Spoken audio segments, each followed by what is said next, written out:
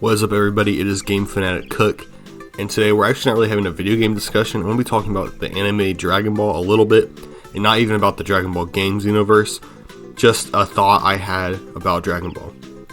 So, because I haven't played Xenoverse 2 lately, I recently started a Namekian character, and it got me thinking, are Namekians stronger than Saiyans on average? And so I did some research real quickly, and I wanted to find out, like, what's the power level comparison between the Saiyans and the Namekians? Because in my head, I'm immediately thinking, well, the Saiyans are definitely stronger. They're a warrior race known for conquering planets, you know? So of course the Saiyans would be able to wipe the Namekians, wipe the floor with them, you'd think. And then of course there's Vegeta, not even Vegeta, Nappa, that killed Piccolo with ease. So it's like, yeah, Saiyans are definitely stronger. But after doing a little bit of research, that's not true from what I found. Because I still think the average Saiyan is stronger than the average Namekian. The power difference really isn't that different.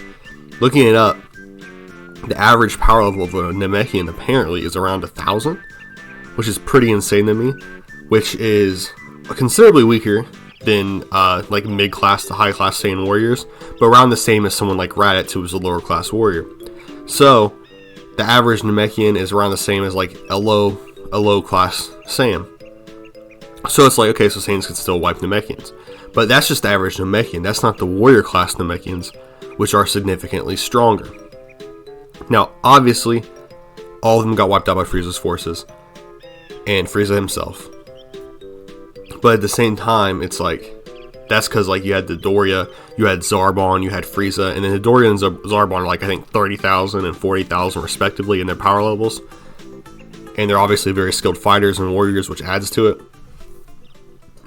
And you can't forget that there's a bunch of these Namekian warriors dying to the Dodoria, which makes them look pretty weak. But the Dodoria also killed Bardak's whole crew by himself, easily. You know, the Dodoria is significantly weaker than Zarbon. So that's really had me thinking, like, what if the Saiyans like invaded Namek? They would lose, absolutely, because they go in like teams of what, like five Saiyans are not conquering Namek. You know, they're not even killing a village on Namek. A village of Namekians are beating a group of 5, 6, 7 Saiyans, absolutely. And maybe if you throw in some high class, like you throw like Vegeta in there, you throw Nappa in there, you throw in some of the stronger Saiyans at the start of the Namek saga, you know, they probably can kill out those villages. I mean, Vegeta killed out a few villages himself, of course, but then you look at someone like Nail. You know, so you're taking the strongest Saiyan at the time of the Namek saga, the Saiyan saga, with his Vegeta. You know, he's around 10,000 power level. He gets up to like 20, 30,000 in the Namek saga, and then a little bit beyond that towards the end of it. But at the time he's killing villages, I believe he's around like 40,000, maybe 35,000, because he just defeated Doria and lost to Zarbon. But Nail is strong as fuck. Nail would wipe the floor with Vegeta. Absolutely. So, because remember the huge boost that Piccolo got from Nail, and I looked up Nail's supposed power level, and apparently it's around 42,000. And Nail's a warrior class, and he's trained to fight his entire life, and he just immediately is an insta-bitch by Frieza. Obviously, Frieza was toying with him, but he was tough enough to be toyed with by Frieza. So that's just a testament to how durable and powerful Nail really was. Nail is eating Vegeta alive, and if Vegeta is a high-class warrior, and maybe not the strongest Saiyan there was at the time, but towards the very top of Saiyans at the very least, if he wasn't the strongest Saiyan during the before the whole planet exploded, obviously, then the Saiyans would get wiped by like Nail. There's not a single Saiyan I could think of that could beat Nail. King Vegeta getting wiped by Nail, you know. So really, it's like based off, like, obviously not now, not including the Super Saiyan. 18 million different Super Saiyan transformations. The Namekians would probably wipe Saiyans if they ever tried to invade Namek. And honestly, one-on-one, you take the best Namekian and the best Saiyan. The best Namekians win in absolutely easy, in a dominant fashion. Nail is wiping out, you know, your favorite Saiyan. Bardock, fucked. Vegeta, fucked. King Vegeta, fucked. You know, it's like just that simple. And before they started doing this power level bullshit where they power scaled like just crazy, you gotta think they had, well, I mean, the reason they did power scale, the reason is Nail is so strong. But Nail's at 40,000, you know, why Vegeta's at 9,000, you know? During the Saiyan saga, Nail's at 40. Vegeta's at like 10,000 power. So that's just insane. And even most of the Namek saga, if not all of it, Nail's still stronger than Vegeta. You know? And then you have Piccolo come in. Now, I'm not going to include Piccolo, actually, because Piccolo is the part of the bullshit factor, you know? We're excluding Piccolo and Goku from this discussion just because how bullshit they make the averages seem. They're not relevant. They're not part of their original planets. They're not part of their original races. They were separate entities on Earth. We're not including those two. But actually including the real Saiyan race and the real Namekians, I think the Namekians would probably wipe the Saiyans. I'm also under the impression, correct me if I'm wrong, I'm also under the impression that there are far more Namekians than there are Saiyans. I could be wrong, because I mean, even when they have all Namekians revived, there doesn't appear to be that many. But I just feel like you never see that many Saiyans either, even in Bardock's story. And it's like, I feel like they just would kill each other a lot and just die a lot. They have to have a low population, you know?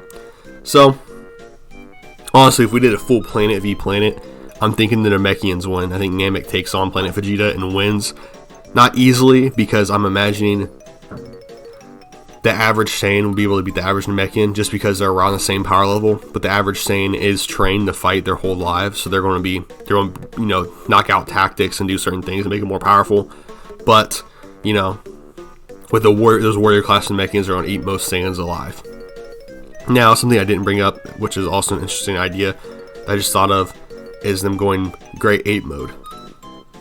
And again, to someone like Nail, that's not going to make a difference. There's going to be bigger targets to kill. And they're also a lot slower in that form, so for someone like Nail, it might even be easier. But most Namekians are going to get tossed by that. That is true. Saiyans do rely on that to take over certain planets when they're a little bit outclassed. So it's definitely possible. You know, you have 10 different Saiyans going Great Ape, much less like 1,000 if we're talking planet versus planet. So that could definitely, you know, swing it in the Saiyans' favor. But depending on how many warrior class Namekians there are, because I'm not really sure how many there are, but if there's enough, I still think they could win. Now, if you're, I'm operating under the assumption that Nail is by far the strongest Namekian, but that there's also like 20,000 power Namekians. You know, like half his power at least, that are warrior class. You know, or at least like the average warrior class is like 5,000. And operating under that assumption, I still think they could have a pretty fair chance against Great Ape Saiyans. But, you just never know. Especially on a planet like Namek, where it's always sunny. They'd have to create their own moons, which they can do. But, you know, it's just an interesting concept to think about. But if we're talking, so basically what I'm at now is average Saiyan versus average Namekian. Average Saiyan wins. Most elite Namekian, warrior Namekians versus elite Saiyans. Elite Namekians absolutely wipe them out. No difficulty at all. And if we're talking Saiyans invade Namek, no chance to conquer it. We're talking Namek invades, which they wouldn't obviously, but we're talking Namek invades Planet Vegeta. No chance of conquering. Maybe if they'd sent Nail and 2 people around his power, they could wipe out Planet Vegeta. Because like I said, Nail is extremely powerful compared to every Saiyan in the show. Maybe. But I doubt it. Because if there's just enough Great Apes, Nail's getting fucked eventually. Planet v Planet, every citizen on each planet just fights each other.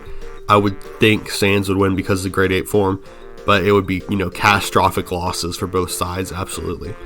That's my game theory on Namekians versus Saiyans.